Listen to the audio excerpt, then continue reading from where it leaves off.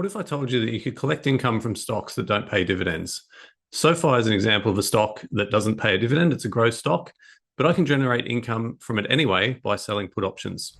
This is one of my favorite income strategies, selling puts to create a synthetic dividend. You get paid upfront, and if you do get assigned, you're taking ownership of the stock you are happy to buy at the price you're happy to buy at anyway. So let me show you exactly how this works. Traditional dividend investing is simple. You buy shares and you collect regular dividend payments. But what about high growth stocks like SoFi that don't pay any dividends? You're not getting any income while you own those shares and you're waiting for the price to appreciate. Selling cash secured puts changes that equation. You're getting paid premium upfront to take on the obligation to buy shares at a specific price. You're telling the market, I'll buy SoFi at $20 per share and you're going to pay me to wait. That premium that you collect, that's your synthetic dividend. You're generating income from a stock you don't even own yet. And here's the best part. It's kind of a win-win scenario. Either the stock stays above your strike price and you just keep the premium and can repeat the process, or if it drops below your strike price, you get to buy that stock that you are happy to buy and you're buying it at a price you are willing to pay for it. So let's look at some examples. So here we're looking at an example of a trade that I'm interested in on SoFi. The stock's trading at 29.10.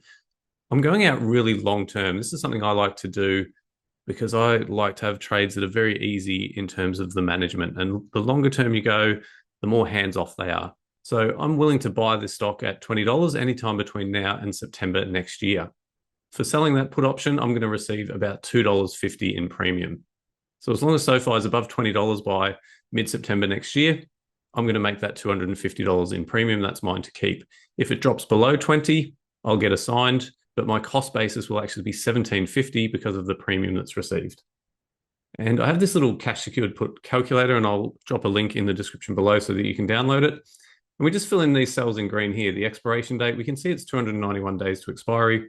The stock price is currently at 29.10. I'm going to sell the 20 strike put, and I'm going to get $2.50 or a premium of $250 per contract. So you can see my break-even price is equal to the strike price minus the premium of $17.50. So there's nearly a 40% decrease to my break-even price. So as long as SoFi doesn't completely crash, I'm going to be okay. If the stock expires worthless, I get a 14% return, which is actually nearly 18% annualized.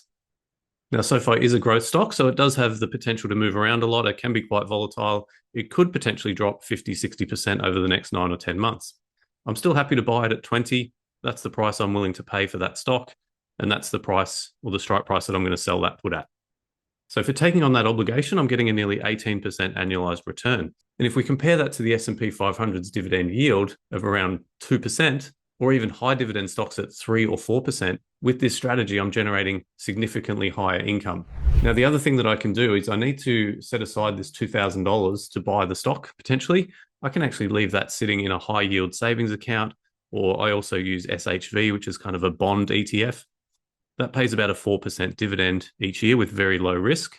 So my actual annualized return is going to be about 4% higher because of that cash that I've got sitting there waiting for the assignment or the potential assignment. I'm generating 4% on that idle cash as well, and that further increases my annual return. Now, a long-term trade like this might not be for everybody. They're great for people who are kind of time poor, don't have a lot of time to manage these positions, but most people are probably going to prefer a weekly or a monthly trade. That's kind of more standard. So let's have a look at that. If we look at the January expiration, which is 45 days to expiration, we can see we're not getting a lot of premium down at the 20 strike. So that's the other trade-off, is if we go shorter term, we have to go with a much higher strike price. To generate a similar amount of premium, we'd actually have to sell an at-the-money put at about 29, and even then we're getting slightly less premium. If we try and keep things the same as our previous example here, we're using a 17 delta, and we've got a 17 delta here at the 24 strike. Again, we're not generating nearly as much premium, but let's take a look at the numbers. If I go back to the spreadsheet and change the date, stop price is the same. Our strike price now is 24, but we're only getting, say, 73 cents. My actual return is lower, but on an annualized basis, it's higher because we're getting less premium, but we're getting it in much less time. So we're getting a slightly higher annualized return, but we're getting much less of a decrease to our break-even price as well. So personally, I prefer the longer term, kind of hands-off, very low maintenance type trade. Other people might prefer this type of trade with the slightly higher annualized return. Let's walk through a couple of scenarios. The first one is that the put expires worthless. This is our best case scenario. Let's say SoFi stays above $20 by September 2026. Maybe it's trading at 22, maybe 25, maybe even $30, $40. It doesn't matter. As long as it's above our $20 strike price at expiration, the put expires worthless and we've kept that premium. It's clean, it's nice and simple. Over time, this becomes systematic. You sell a put option, you collect the premium, you wait for expiration, and then you can rinse and repeat the process. And because you're selling out of the money puts with time on your side, the probability of success is quite high. We're not trying to predict where SoFi is going to go. We're just betting that it doesn't crash below $20 over the next 10 months. Now, let's talk about the second scenario where SoFi drops below 20 and you get assigned on the shares. Some traders fear assignment. I don't. Remember, this is a stock I want to own at $20. It's currently trading up at 29. I'm quite happy to buy it at 20. Assignment isn't a problem. It's all part of the plan. And remember that our cost basis isn't actually going to be $20 per share because we can remove or reduce the cost basis by that premium received.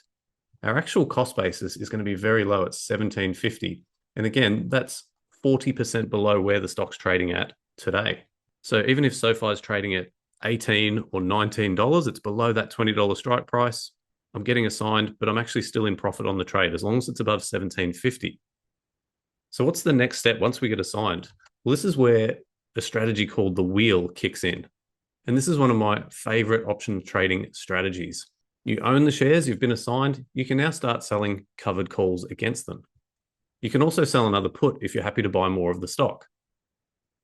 So let's assume I've been running this strategy on this stock for a while, and maybe I've just been assigned, maybe it's say 30. What I can do here is move to phase 2 of the wheel, where I sell a put at a strike price. I'm happy to take ownership of the second lot of 100 shares, and I can also sell a covered call against the shares that I own. Now I'm generating 2 lots of premium against that one tranche of shares that I own. So let's say I got assigned at $30. I've had to put in $3,000 of capital to buy those 100 shares because of the assignment. And I'm now generating $250 plus the $320 for the calls. I'm now generating a 19% return. So as I said, this process is called the wheel, and it's one of my favorite strategies. When I'm doing these trades, I have a wheel tracking spreadsheet that I use, and this will help you to track your actual cost basis and all your premiums collected over time. And if it's on a dividend stock, you can actually track your dividends as well. Some people will call this a double income strategy because we're generating income from the puts and the calls. And then if we're actually doing it on a dividend stock, we could call it a triple income strategy because we're collecting the dividend, we're collecting premium from the puts, and we're collecting premium from the calls as well. So you can download this template spreadsheet in the description below, and you can look at some previous examples on there. And I'll show you how to use the spreadsheet and create a new tab for this SoFi trade. If we go to the blank tab, we're just going to right click and make a copy. Just move it to the end, and I'm going to name it SoFi. In here, I'm going to change the symbol. Click back on the cell, and we'll get our little data selector here. Select the stock price, and it's going to bring in automatically the stock price, and that'll update every day. Now, the starting date for the trade is December the 1st, and the stock price on that day was $29.03. Now, to fill in the actual trade details, put in sell to open cash secured put. So this stands for cash secured put, covered call. And I actually use this spreadsheet for credit spreads as well. So that's bull put spreads and bear call spreads. But we're going to sell to open a cash secured put. SoFi is the stock. The expiration date was September 26. Our strike price was 20. We sold one contract. Price was about 250. Commission's likely about $1.50, something like that. And it was a credit. So our cash impact is the quantity times the price times 100. And that way, if you're doing 2 or 3 contracts, the premium will update. And we'll put the status as open. And here I put in what the current value is of any open positions. And that tells me what it would cost me to close any of the trades. At the moment, it's going to be about the same price. Now, the capital required, we'll just update this one. I'll actually need to update in the template tab as well, which I'll do. Capital required is going to be that times 100 minus the premium received, the $17.50. And then as we update this value, if the put starts to drop in value down to say 200, we're going to start to see a return here. And then you can fill in any other lines. Again, you can go to some of these other tabs to look through some examples. And the best way to keep track of your open positions is just to go here to status and unselect or deselect anything that's closed. And now we can just see our open positions.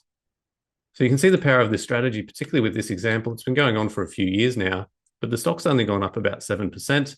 I'm up nearly $10,000 or 25%. And what I'll also do is I'll filter just for the option premium. So I'm going to filter out the dividends and any buy trades. And this is just going to leave me with my option premium that I've generated on this position. Now, some of these are closing trades or rolling trades, but overall, I've generated about $5,500 in option premium on this underlying. There's another good example here. The stock's down 4%. I'm up 18%. Again, this has been going on for a couple of years. This is a more recent one. This one's actually under a little bit of pressure. It's actually negative in P&L, but again, the underlying ETF, Bitcoin's been under a lot of pressure lately. It's down nearly 30%. My trade's only down 5%. If you don't want to take assignment of your positions, you can actually roll those put options. Now, there's a link in the description below for another video specifically on rolling cash secured puts, but let's walk through a quick example. So let's assume now we've sold this December 29 strike put. It's getting close to expiration and the stock price is getting down close to our strike price.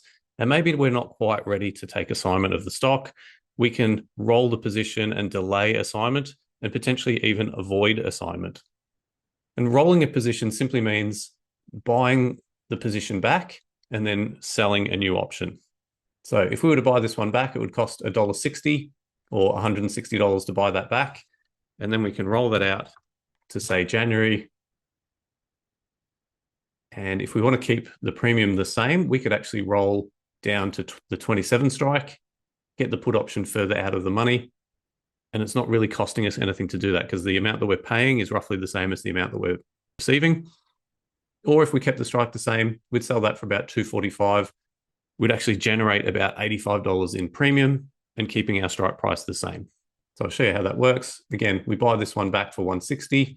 We sell this one for $245. And that becomes our new profit and loss graph.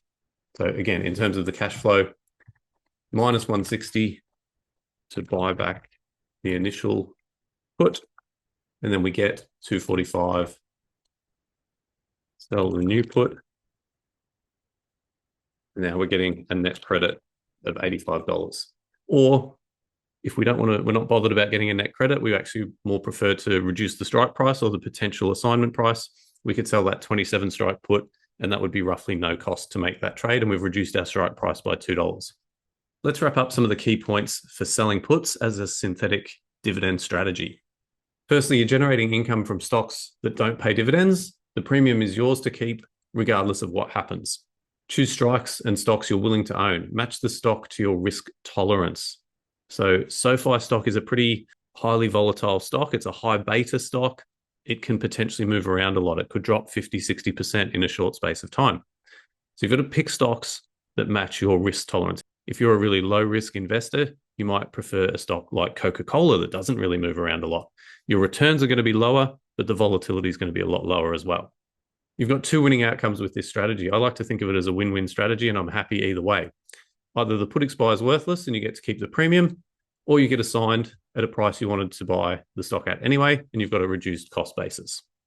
Remember, if you're assigned, you're not stuck. You can transition into the wheel by selling covered calls and continuing to generate income. You can potentially sell more puts if you're happy to buy more of the stock as well. And if you want to try and avoid assignment, you could always roll the position. Remember to manage your positions actively. Know when you'll roll, when you'll take profits early, and when you'll accept assignment. And again, match that expiration period to how active you want to be. If you want to be really active, you've got time and you want to be trading all the time, you could do the weeklies. If you want to be more hands-off and a bit lower stress, you might choose that sort of 9-10 month expiration that I was looking at. Remember to track everything. Use a proper system like my wheel tracker to monitor your cost basis, your premiums, and your performance. Options allow us to create income from growth stocks that don't pay dividends. You can download my free wheel tracking spreadsheet at that address there. Start documenting your trades properly from day one. It's a really good process to get into. Thanks for watching. If you found the video helpful, don't forget to like and subscribe and share your thoughts in the comments below. Reach out anytime with questions and have a great day.